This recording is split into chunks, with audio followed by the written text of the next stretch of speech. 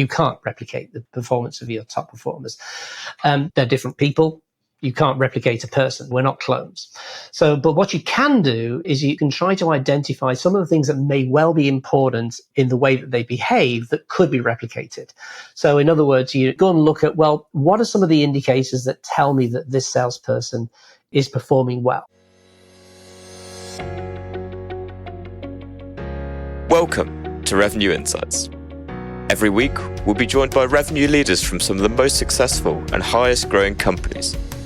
Together, we explore how they built their revenue teams, the journeys that they've been on, and the lessons they have learned along the way. Revenue Insights is brought to you by Ebster. We're a revenue intelligence platform designed to help revenue teams to build more pipeline, close more deals, and retain more customers.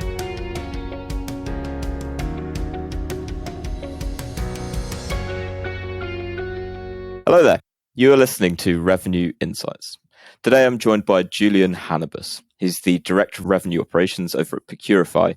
Previously worked at Vidyard, Hootsuite, and plenty of others as well. Julian, it's lovely to meet you. Yeah, welcome. Hey, thanks very much. You've got a great story, or certainly that I've seen going back through your LinkedIn. It's always good to hear a friendly, familiar accent for me, of a British accent, although I know that you've kind of been based in Vancouver for a while. So for anyone that hasn't met or heard you before, could you give them a little more color around your background and where you're working now? Yeah, sure. Yes, I've been mostly working in the tech industry, software industry for getting on 40 years now. And most recently, in the last 20 years, been based in software companies in North America, most recently with a company called Procurify, where I'm running the revenue operations team. And really over the past 20 years or so, I've been involved in various guises of what is now known as revenue operations. And so helping organizations who have been involved in various aspects of the software industry. So a lot of my background has been wide and varied, but mostly within that software space. I did originally start off as a teacher and moved into things such as creating technical manuals, documenting C routines, very exciting things like that.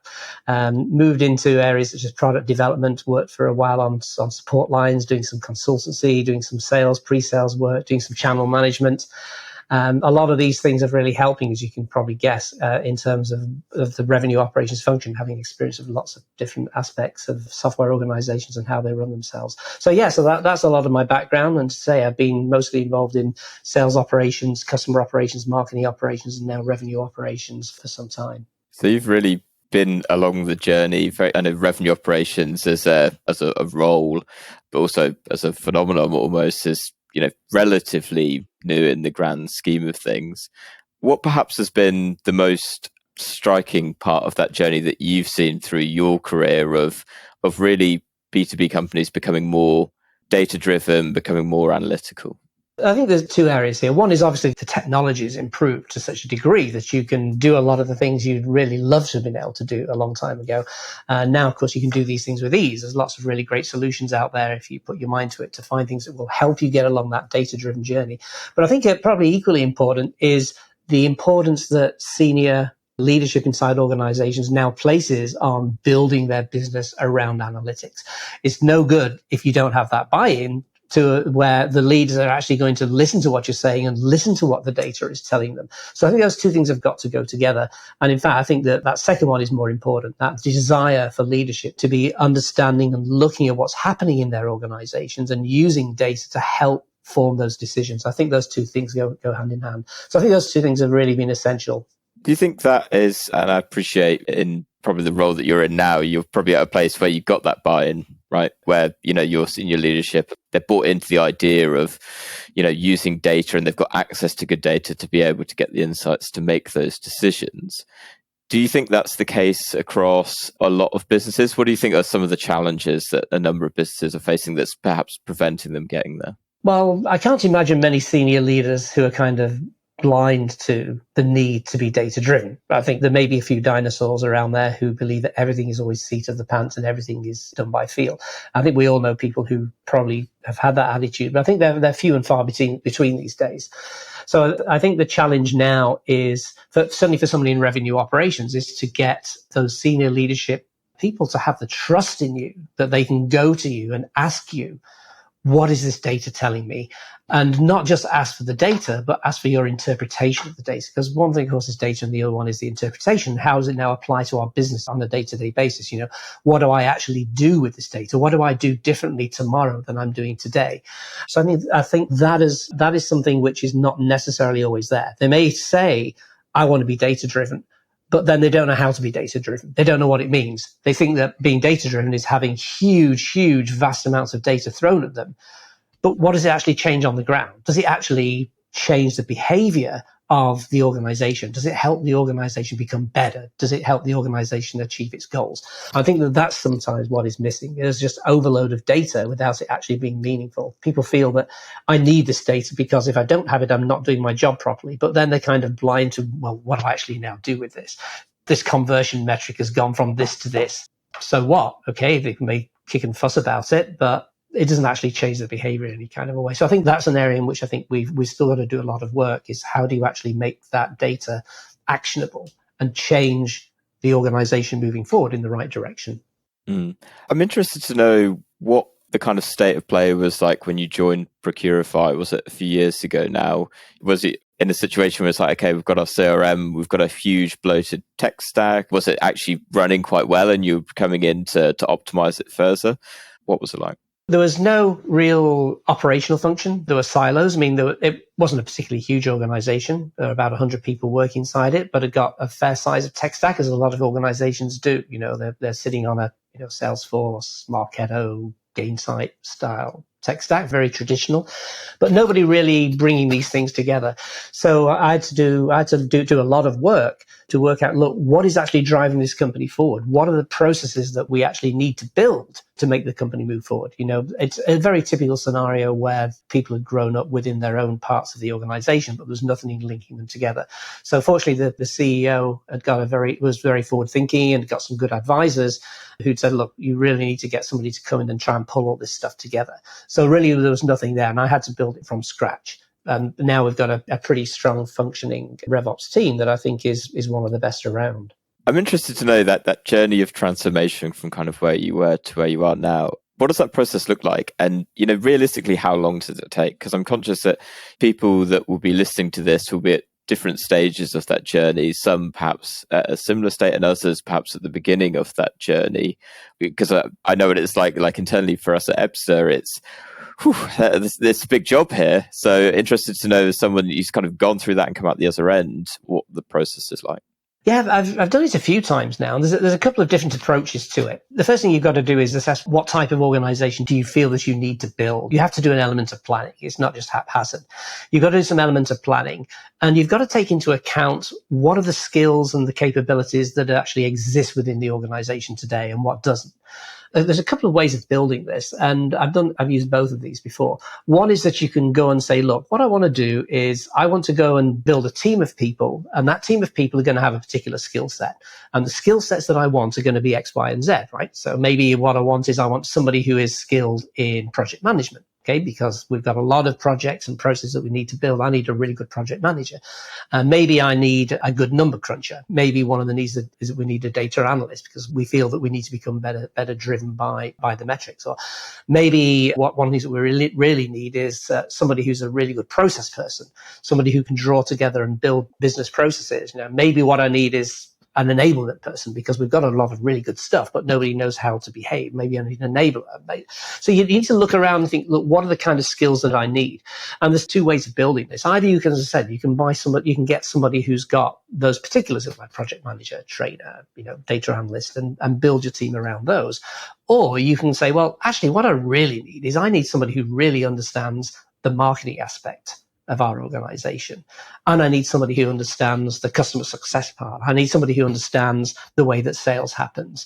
So you can either go down that kind of line of business route and get experts in those line of business and bring them all together and say, all right, okay, right, we need a process to improve the way that leads come in through marketing and get into the sales team are dealt with. All right, marketing ops person and sales, you two work it out, right? And hopefully, if they're good enough, they should have some of those project management and process skills to build that together. So you can build it either way. Either you go the line of business route or you go the kind of expert behavior route. But whatever it is, you need to ensure you've got enough people to give that coverage so they know what to do and they know how to do it. If either of those fail, it ain't going to work, right? If you can have a lot of people who've got great ideas, but they've no idea how to execute, it's no good. Again, if you've got people who are really good at executing, but they're really bad at coming up with the ideas, again, it's not going to work. So you've got to look very, very carefully for the right people. And either you'll find them inside the organization already, and in many organizations, they do have these functions happening already. They're just maybe sitting in other parts of the org. They're not brought together. Or you need to set out a business plan to go and recruit them. That's where you've got to try and justify revenue operations to the people who are holding onto the budgets to try to bring in the people that you think you're going to need, which is where you need that 2-3 year plan. Say, look, this is where we need to get to, and match that to the company's growth pattern and what the revenue is, and try and build up your business case there. So really, those are the ways that I tend to build the team, is going to what's my long-term plan? How am I going to plug people in? What kind of structure do I want? Do I want a line of business structure, or do I want a skill structure? And how am I going to be able to justify this to get hold of the budget and the resources over the next few years to go and build in association with what the company's goals are going to be? I'm really interested to know a little more about the business plan that you mentioned there. That's something that comes up a lot in the podcast, is really getting the buy-in into revenue operations and being able to demonstrate the ROI on it almost, right? If you want to spend $60,000 hiring someone, where am I getting that back for, $2 for every one that I put in, for example? So for you, by the sounds of it, having been there and done it, what does that business plan need to look like to really justify revenue operations, to expand it and grow it, to be able to hit the goals that you want to achieve? It's always got to be couched in terms of what the people who are holding the budget are going to understand. I mean, you have to tailor your request to what they want to hear. So you've got to tailor it in terms that they're going to understand. So depending on who you need to convince, you're going to be looking for what are the metrics that you within revenue operations are going to change that is going to pick up their ears and think, oh, yeah, that's really important. So if part of the justification is, hey, I want to grab a little bit of the marketing budget here, I think I need somebody who can help coordinate marketing operations on my team here. Then, of course, you're going to the VP of marketing and say, okay, what's it going to be to you if we can improve, the lead to opportunity conversion rate by an extra 5%? By putting somebody in who's going to be optimizing your lead flows, cleaning your data, who's going to be ensuring that the processes are clean, that all the exception reporting is done. What is that extra 5% going to mean to you? And if it means, actually, that's going to help me attain my goals of hitting the pipeline targets or hitting whatever other targets are inside. And we can then say, well, actually, what that's going to mean in terms of revenues to the company is X, then you're there. Now, those kind of calculations are very easy to do. Obviously, the actual mechanics of the calculation is easy. You have to try and use their numbers. Say, look, do you think we can affect a 5%? Okay, well, what if it's 4%? What if it's 2%? Are we still justified there? Now, you can do that until the cows come home, but they're not necessarily always going to be. And you and I, and probably most of the people on this call, know that most ROI calculations are actually fiction, right? They're just fairy tales. Most ROI calculations are just fairy tales, right? But they can be a fairy tale that can stick. So that's usually how I would justify it, and saying, look, these are the metrics that we think we can affect. We think this is a good thing for the company. If you want, we can try and put a monetary value on it. But actually, things are sometimes beyond the pure immediate monetary value. They're things that we need to scale. Okay. If you want to grow, 100% in the next 24 months, we have to scale the company. So it's not always down to ROI. It's meeting company goals. It's if you want to scale, how are we going to manage to do that without somebody doing this for you, right? If you want to become data driven, you've got no data.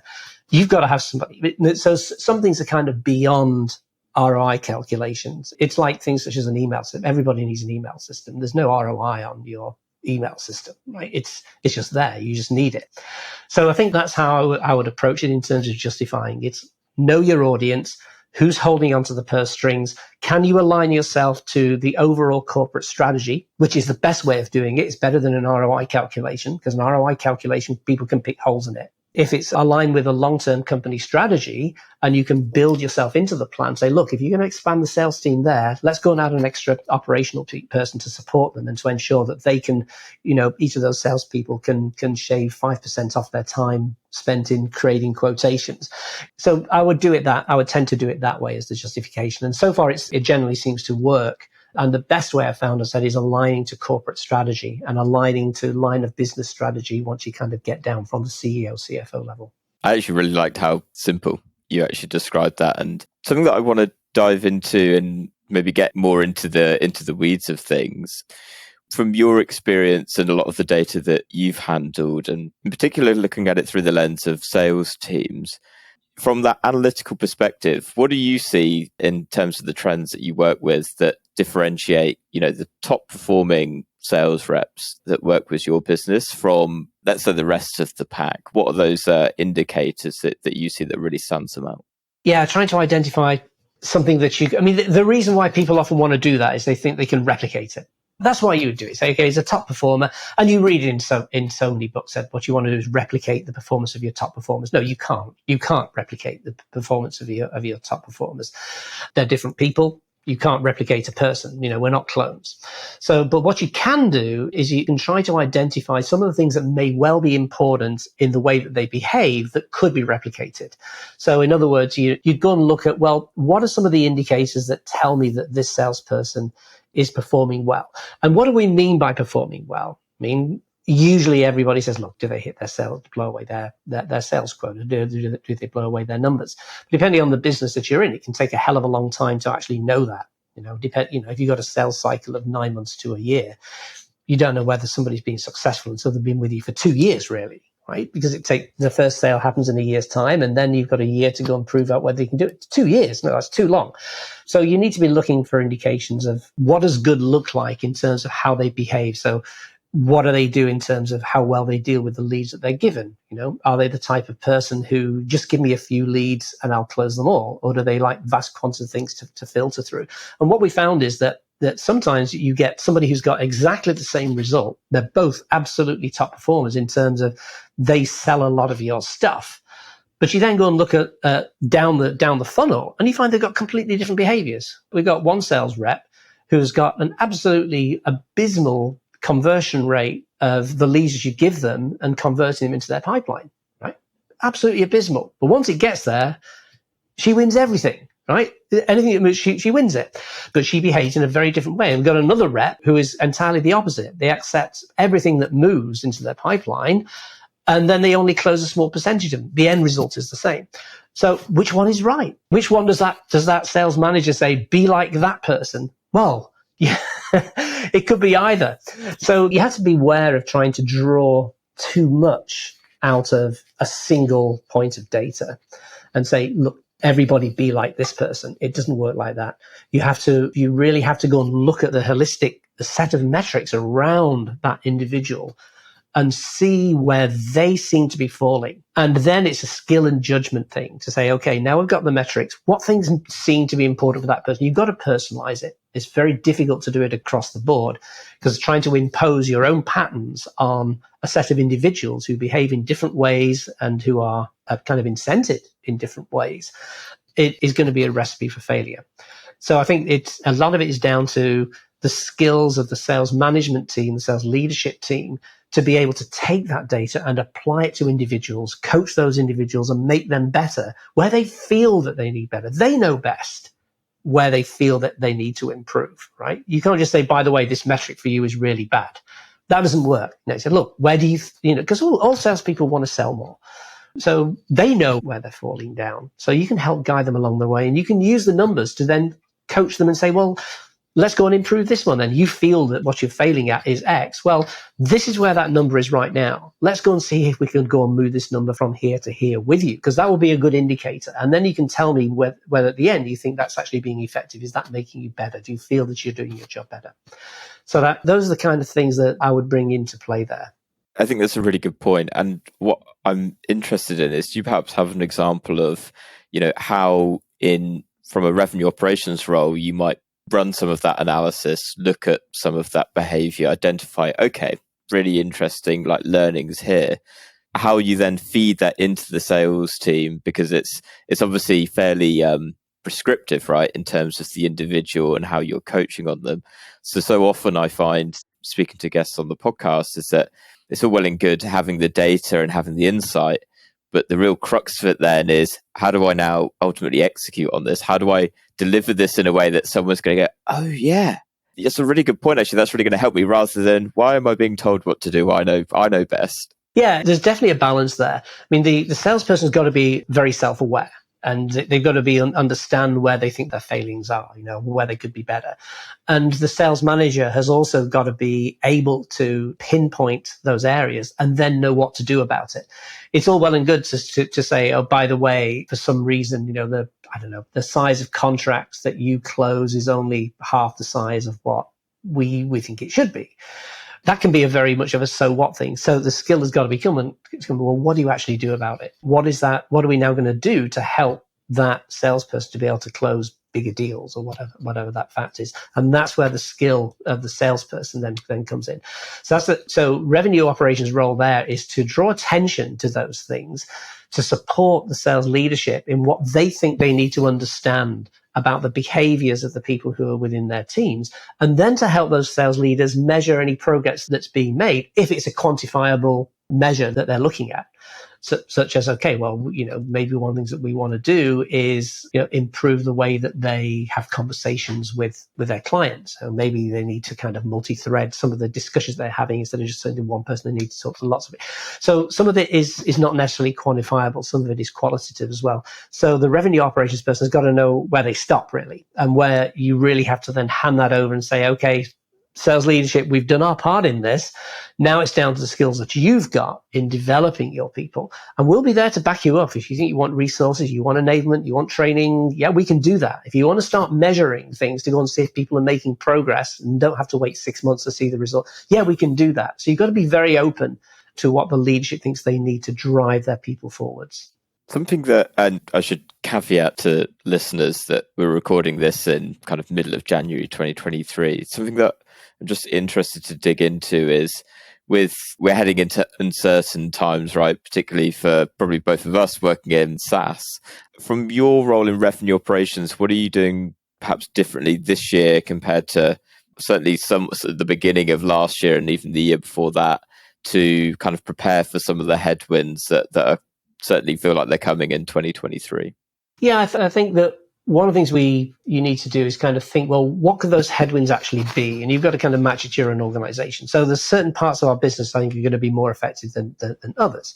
Fortunately, the solutions that we sell are a little bit, they're kind of very much in demand these days. We're seeing quite a lot of growth because, our software helps organizations manage their spend. So for organizations who are trying to, reduce their budgets and spend less, we're actually an attractive proposition.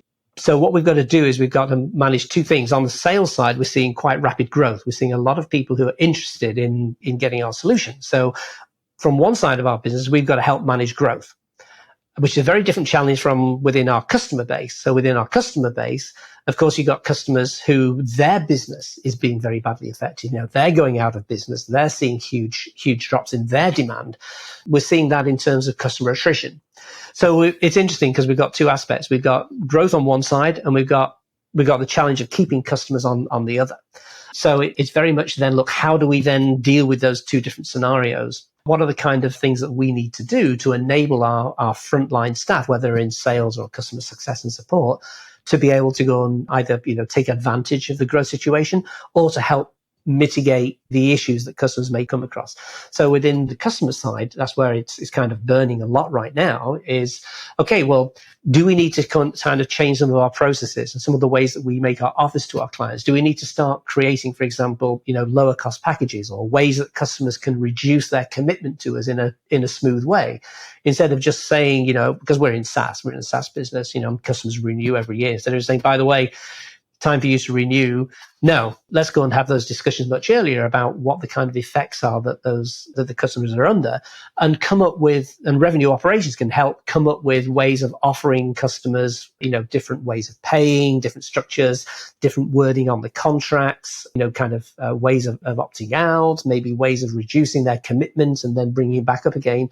So creating processes, creating technology solutions that allow our frontline staff to then take advantage of that and go to the customer saying, look, here's some things that we can talk about. And we know that at the back end, we can support those. We've got ways of doing business that are going to be good for us. And hopefully then we'll help the customers get through those scenarios. So we're having to think creatively about how we operationalize and think about packages and pricing and approaches to the customers. So I've got somebody who's a specialist in customer success operations on my team, who's that liaison point, who's listening very carefully to what the customers are saying to our customer success managers, and then coming back and say, look, it sounds like we're seeing this scenario a lot. Let's go and create a process around this kind of scenario that we can then roll out and help make it a little bit easier for our customers to stay with us. Is there perhaps one example from that you're seeing really starting to see results in terms of reducing that attrition? Yeah, we are. I think one of the most important ones that we found is kind of flexibility in terms. Giving, instead of holding people to typically 12-month contract annual upfront, then being more flexible in the ways that we offer terms to people. Okay, well, we'll change the billing so it'll help your cash flow a little bit easier. Things such as looking very carefully at the customer's usage patterns, coming from kind of our big data set, and go and look at their usage patterns and trying to predict, hey, it looks like this customer is starting to reduce their usage of our solution. Maybe we need to be a little bit more forward thinking and go to the customer in advance and say, look, is there something that we probably want to talk about now? It looks like you're reducing your usage of the system. Do you want to maybe reduce some of your commitment to it? So kind of get in front of them, just say, oh, okay, I've got this bill from Procurify. I can't pay this bill. Let's just go and cancel. No, we're trying to be a little bit. So where we're able to help is like providing some of that information to the customer success managers so they can be a little bit more forward thinking in how they can deal with their customers if it seems that they're having, if the customer are coming across issues. Allow me to ask one final question to you, Julian. If there is one book that you would recommend to other revenue leaders, revenue operations leaders, which one would it be? This one is always a controversial one with me. I'm not a reader of business books. I mean, when I get to the end of a day, when I've just been doing, working on business and thinking about all the operations, the last thing I want to do is read more about it. So, and I've also there's an awful lot of magical thinking in a lot of the business books that I have bothered to read. So I'm not a general person who recommends business books, which is sacrilege, I know. I would say, at the end of the day, get away from business. Go and read a good biography. Go and bury yourself in escapism. But, if somebody tries to nail me down, say, you have to name a business book that you enjoyed and did have an effect on you, there is just the one, actually. Yeah, it's called Selling with Noble Purpose by Lisa McLeod. She's been very interesting to work with over the years. And I often refer back to some of the sections within that book and some of the broad areas of interest in that. So I think it does summarize very much my approach to business, this concept that you've got to have some reason for doing something. You've got to feel that what you're doing is important. You've got to feel that you really want to help your customers. And that thing really resonates with me. So that specific book and the way that Lisa approaches business is something I would highly recommend. So yeah, Selling with Noble Purpose by Lisa McLeod. I feel like I have to ask, what about a fictional book for escapism? When you've had a rough day, stuck in a spreadsheet. Oh, right now I'm just traipsing my way through all the Richard Osmans. Oh, so yeah, a great escapism. Yes, yeah. So it will teach you something about British culture as well, those. Absolutely, yeah. Pure escapism will do me nicely. Yeah. Fantastic. Well, Julian, it's been lovely to have some of your time and to pick your brain. For everyone listening, if they want to learn a little bit more from you, perhaps connect and ask any questions, where can they find you? Well, obviously, you can find me on LinkedIn. Yeah, I do respond to messages on LinkedIn. Send me a message over LinkedIn is the easiest way to get hold of me. I'd advise you use that. Excellent. Well, thank you so much again. We'll put a link to that down into the show notes as well. And to everyone that's listened, thank you so much. Yeah, well, thank you, Lee, for your time. It's been really interesting with the questions that you've been asking, and hopefully your listeners have found something of interest there. Thanks so much. If you found it interesting, you can send Julian a message and let him know. Thank you. Thanks for listening to Revenue Insights. If you want to learn more, subscribe to our newsletter and we'll deliver every episode straight to your inbox. If you have any questions, feel free to connect with us on LinkedIn. Our links will be in the episode notes. See you next week.